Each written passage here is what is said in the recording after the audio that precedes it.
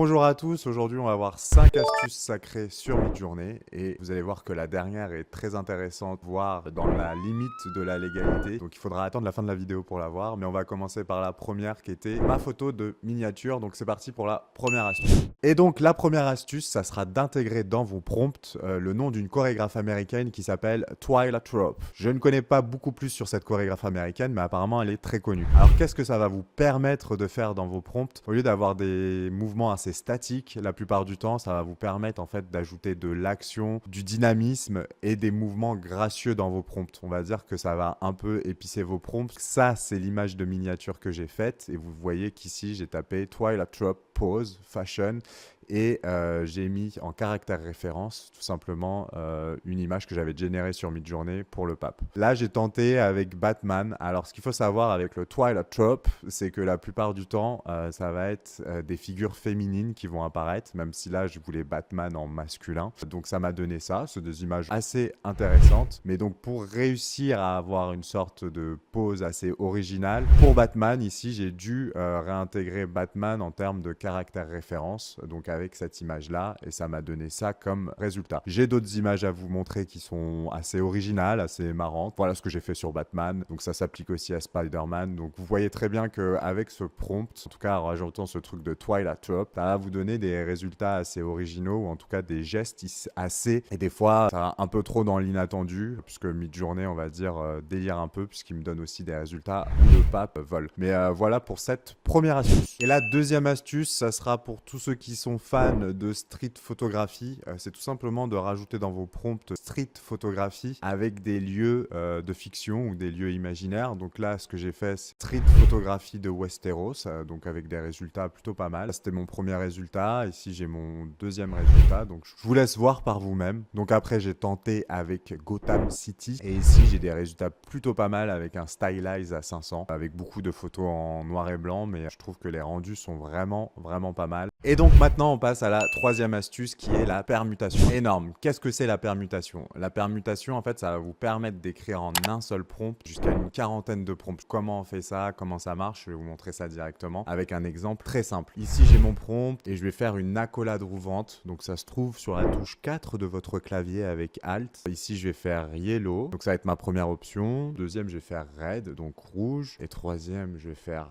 Green. Et je vais fermer après cette accolade avec une accolade fermante. Là, sur votre clavier, moi, c'est sur plus, mais je pourrais pas vous dire où c'est exactement. Mais ça marche uniquement avec ce petit caractère-là qui s'appelle les accolades. Donc ici, j'ai marqué jaune, rouge, vert. Donc en fait, ça va me faire 3 prompts avec ces 3 couleurs différentes de mon sujet. Donc je vais marquer bird et je vais faire entrer, tout simplement.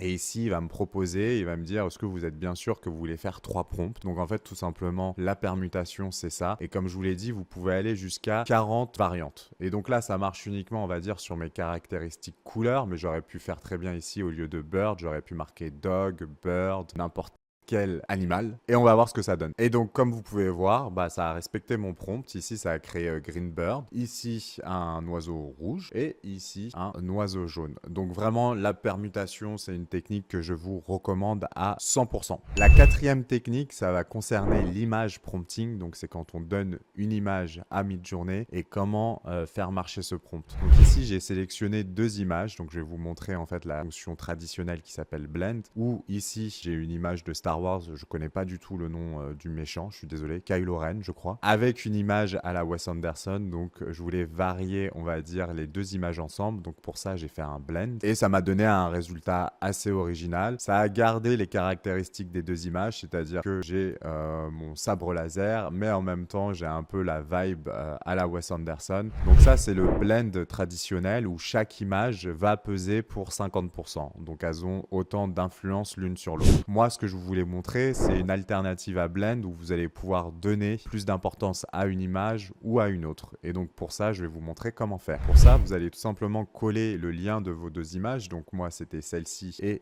celle-ci. Vous allez mettre 2 fois 2 points juste derrière votre prompt ici. Et moi, j'ai mis 2. Alors, qu'est-ce que ça veut dire? C'est que cette image-là aura 2 fois plus d'importance que celle-ci. Et celle-ci pèse pour 1. Alors, les résultats, ils sont assez mitigés pour être très honnête. Je retrouve un univers très inattendu. Et après, j'ai fait l'inverse où j'ai donné une importance plus forte, on va dire, à la vibe Star Wars. Et là, ça m'a donné des résultats vraiment très originaux. Je trouve en tout cas. Je dirais que c'est un Star Wars plutôt écolo, avec beaucoup de nature en tout cas pour deux des images. Même la troisième, hein, vous pouvez voir ici, je la trouve vraiment pas mal, la deuxième là, avec on va dire un jeune Skywalker dans une nature luxuriante. Donc voilà, vraiment ce principe 2 fois 2 points et après vous pouvez mettre n'importe quelle valeur pour donner plus de poids à l'image. Et donc la dernière technique, avant ça je voudrais juste faire un disclaimer, attention à comment vous allez utiliser cette technique. Là on va mettre les paramètres à 100% pour recopier une image et avoir exactement ou quasiment la même image. Bien sûr il y a des implications légales, donc je pense que c'est quelque chose que vous pouvez faire sur votre Midjourney que pour vous, mais après c'est quelque chose qu'il ne faut pas partager. Comment recopier une image? Donc c'est une technique qui n'est pas forcément très recommandable. Elle est sympa en fait quand vous aimez un artiste et que vous avez peut-être pas les moyens de vous le payer, vous pouvez copier à 95% le style et la patte. Pas du tout nouveau en tout cas dans Midjourney, il faut juste utiliser plusieurs fonctionnalités ensemble qui commencent par le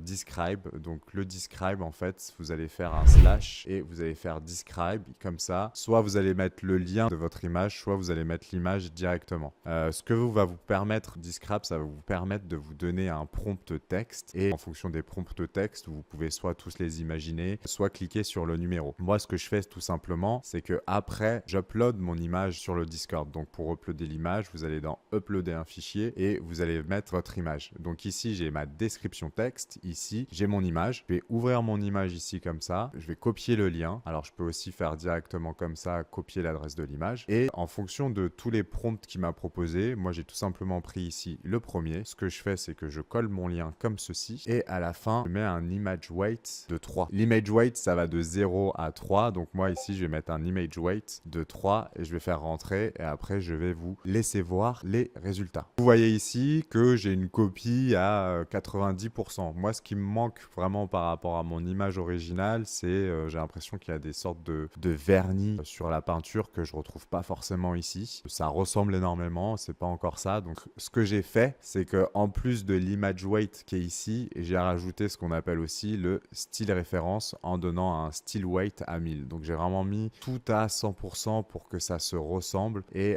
vous pouvez voir ici que je commence à avoir un résultat un peu meilleur. Et j'ai oublié de vous dire que pour activer cette technique en cliquant sur le 1 pour avoir cette petite fenêtre qui s'ouvre, vous devez activer ce qui s'appelle le remix mode. Et donc pour activer le remix mode, vous devez aller dans settings, entrée, et vous devez cliquer sur ce petit truc remix mode. Moi c'est activé donc je vais le laisser comme ça. Donc activez-le pour faire cette technique. Voilà, j'espère que cette vidéo vous aura plu. On se retrouve sûrement la semaine prochaine avec d'autres techniques.